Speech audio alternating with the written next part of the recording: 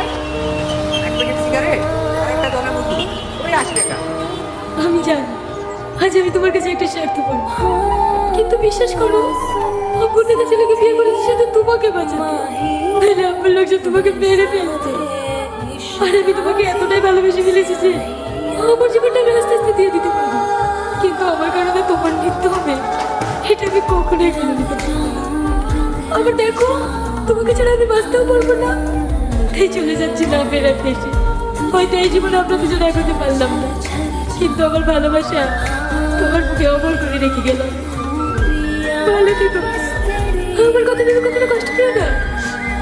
আমি যেন সব সময় তোমাকে হাসি খুশি দেখি, এতে তোমার ভালো লাগে।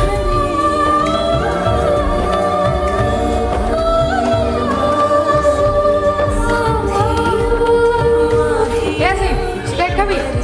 এই দেশে আরে খা না, কিচ্ছু হবে না।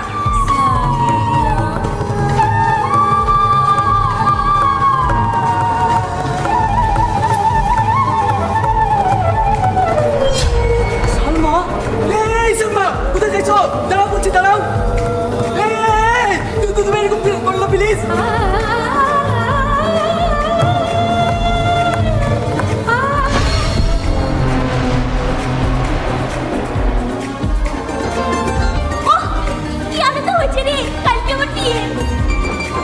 বাবা তুমি তো দেখছি মেয়েতে গেছে, লবণের শাড়ি পরে শুবে নাকি? কি করবো? আর ভালো লাগছে না শাড়ি পাল্টাতে। সারাদিন যে ধুন্দুল গেল। তো বল আমাদের গ্রামটা কেমন লাগছে? শহর থেকে গ্রামে এসে বোরিং ফিল করছিলি তো? আরে না না, গ্রামের প্রকৃতি যে এত সুন্দর হয় তোর বিয়েতে না আসলে জানতেই পারতাম না। হ্যাঁ আমার আর ইচ্ছে করছে না ব্যস্ত শহরে ফিরে যেতে। হ্যাঁ আমার কি ইচ্ছে করছে জানিস? সারা জীবন এখানেই থেকে যায়, এত সুন্দর মুক্ত বাতাস। হ্যাঁ হ্যাঁ থেকে যা। ছেলে দেখবো নাকি? তুইও না লেলে শুয়ে পড়, কাল থেকে আবার ঠিক মতো ঘুমাতে পাবেনি।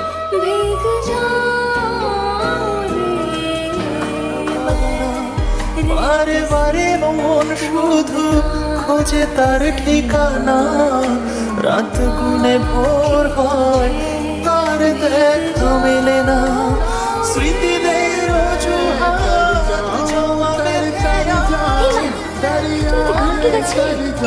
হয় এক পাগল, আজ কি অর্গানিকার বিয়ে হয়ে গেল।